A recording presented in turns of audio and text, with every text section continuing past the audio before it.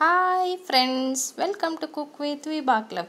Friends, ನಾನಿವತ್ತು ಬೆಂಡೆಕಾಯಿ ಚಟ್ನಿ ಮಾಡ್ತಾ ಇದ್ದೀನಿ. ಇದು ತುಂಬ ಚೆನ್ನಾಗಿರುತ್ತೆ. ಪಲ್ಯ ಮಾಡಿ ನಿಮಗೆ ಬೇಜಾರಾಗಿದ್ದರೆ ಈ ಥರ ಚಟ್ನಿ ಮಾಡ್ಕೊಂಡು ಊಟ ಮಾಡಿ. ಇದು ಚಪಾತಿ ರೊಟ್ಟಿ ಜೊತೆಗೆಲ್ಲ ತುಂಬ ಚೆನ್ನಾಗಿರುತ್ತೆ. ತುಂಬ ಈಸಿಯಾಗಿದೆ. ಇದು ಹೇಗೆ ಮಾಡೋದು ಅಂತ ನಿಮಗೆ ಹೇಳ್ಕೊಡ್ತೀನಿ. ನೋಡ್ಕೊಂಡು ಬರೋಣ ಬನ್ನಿ. ಈ ವಿಡಿಯೋನ ನಿಮಗೆ ಇಷ್ಟವಾಗಿದ್ದರೆ ಒಂದು ಲೈಕ್ ಕೊಡಿ ಫ್ರೆಂಡ್ಸ್. ನಮ್ಮ ಚಾನಲ್ಗೆ ಸಪೋರ್ಟ್ ಮಾಡಿ, ಸಬ್ಸ್ಕ್ರೈಬ್ ಮಾಡೋದನ್ನು ಮಾತ್ರ ಮರಿಬೇಡಿ. ಪೂರ್ತಿಯಾಗಿ ನೋಡಿದರೆ ನಿಮಗೆ ಇದು ಹೇಗೆ ಮಾಡೋದು ಅಂತ ನಿಮ್ಗೆ ಗೊತ್ತಾಗುತ್ತೆ. ನೋಡಿ, ಇವಾಗ ನಾನು ಒಂದು ಪಾವು kg ಅಷ್ಟು ಅಂದರೆ 250 ಗ್ರಾಮ್ ಅಷ್ಟು ನಾನು ಬೆಂಡೆಕಾಯಿ ತೆಗೆದುಕೊಂಡಿದ್ದೀನಿ. ಇದು ಎಳೆಯಾಗಿರಬೇಕು, ಅಂದರೆ ಹಾರ್ಡಾಗಿ ಇರಬಾರ್ದು. ನೋಡಿ, ಆ ಥರ ನಾನು ಮುರಿದು ತೋರಿಸ್ತಾ ಇದ್ದೀನಿ. ಈ ಥರ ಮುರಿದ್ರೆ ಇದು ಕರೆಕ್ಟಾಗಿರುತ್ತೆ ಅಂತ ಅರ್ಥ.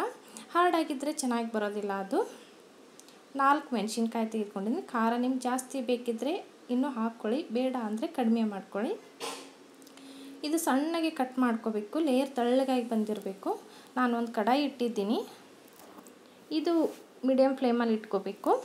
ಇದಕ್ಕೆ ಮುಂಚೆನೇ ಎಣ್ಣೆ ಹಾಕೋಕ್ಕೆ ಹೋಗಬೇಡಿ, ಅದು ಲೋಳೆ ಹೆಚ್ಚಾಗುತ್ತೆ. ಅದಕ್ಕೋಸ್ಕರ ಅದರಲ್ಲಿ ಇರೋ ಲೋಳೆ ಅಂಶ ಹೋಗಬೇಕು.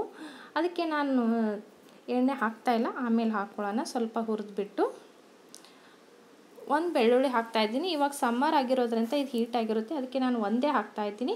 ಚಳಿಗಾಲ ಆದರೆ ಒಂದು 4 ಹಾಕ್ಕೊಳ್ಳಿ.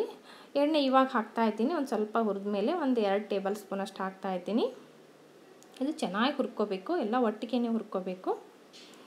ಆಮೇಲೆ ಇದು ಲೋಳೆ ಬರಬಾರ್ದು ಅಂದರೆ ಫ್ರೆಂಡ್ಸ್, ಒಂದು 3 ಟಿಪ್ಸ್ ಹೇಳ್ತೀನಿ ನಿಮಗೆ.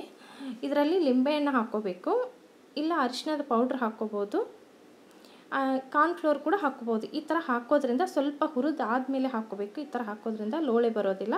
ನಾನು ಒಂದು ಹಿಡಿಯಷ್ಟು ಕರಿಬೇವು ಮತ್ತು ಪುದೀನ ಹಾಕಿದ್ದೀನಿ, 2 ಸೇರಿಸಿ ಹಾಕಿದ್ದೀನಿ.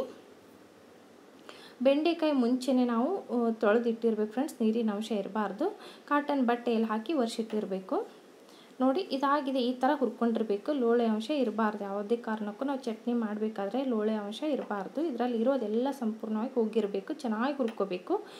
ಆಮೇಲೆ ಇದು ಮೀಡಿಯಮ್ ಫ್ಲೇಮಲ್ಲಿ ಇಟ್ಕೊಂಡೇ ಹುರ್ಕೊಳ್ಳಿ. ನಾನು ಅರಿಶಿಣದ ಪೌಡ್ರ್ ಹಾಕ್ತಾಯಿದ್ದೀನಿ ನೋಡಿ ಇವಾಗ. ಅಂದರೆ ಇದರಲ್ಲಿ ಏನಾದರೂ ಲೋಳೆ ಅಂಶ ಇದ್ದರೆ ಹೋಗಲಿ ಅಂತ ನಾನು ಅರಿಶಿಣ ಪೌಡ್ರ್ ಹಾಕ್ತಾಯಿದ್ದೀನಿ. 10 ಟೇಬಲ್ ಸ್ಪೂನ್ ಅಷ್ಟು ಹಾಕ್ತಾಯಿದ್ದೀನಿ. ಬೇಕಿದ್ದರೆ ಲೆಮನ್ ಕೂಡ ಹಾಕ್ಕೋಬೋದು, ಇದರಲ್ಲಿ ಇಲ್ಲ, ನಾನು ಅದಕ್ಕೋಸ್ಕರ ಹಾಕಲಿಲ್ಲ. ಇವಾಗ ಒಂದು ಮಿಕ್ಸಿ ಜಾರಿಗೆ ಹಾಕ್ಕೊಳ್ಳೋಣ. ಇದು ಚಟ್ನಿ ಮಾಡ್ಕೋಬೇಕು. ತಣ್ಣಗಾದ್ಮೇಲೆ ಹಾಕ್ಕೊಳ್ಳಿ, ಬಿಸಿ ಇರುವಾಗ ಹಾಕೋಕ್ಕೆ ಹೋಗಬೇಡಿ. ತಣ್ಣಗಾದರೆ ಚೆನ್ನಾಗಿ ಬರುತ್ತೆ ಇದು.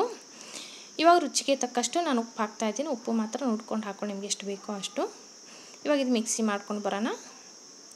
ಜಾಸ್ತಿ ಹೊತ್ತು ತಿರುಗಿಸ್ಬೇಡಿ. ಮಿಕ್ಸಿಯಲ್ಲಿ ಹಾಕಿಬಿಟ್ಟು ಸ್ವಲ್ಪನೇ ಹಾಕಿ ತಿರುಗಿಸಿದ್ರೆ ಜಾಸ್ತಿ ಲೋಳೆಗೆ ಬರೋದಿಲ್ಲ, ಕರೆಕ್ಟಾಗಿ ಬಂದಿರುತ್ತೆ. ಇದು ತರಿಯಾಗಿರಬೇಕು, ನೋಡೋದಕ್ಕೆ ಚಟ್ನಿ ಥರ ಬಂದಿರಬೇಕು. ತುಂಬ ನುಣ್ಣಗೆ ರುಬ್ಕೋಬೇಡಿ.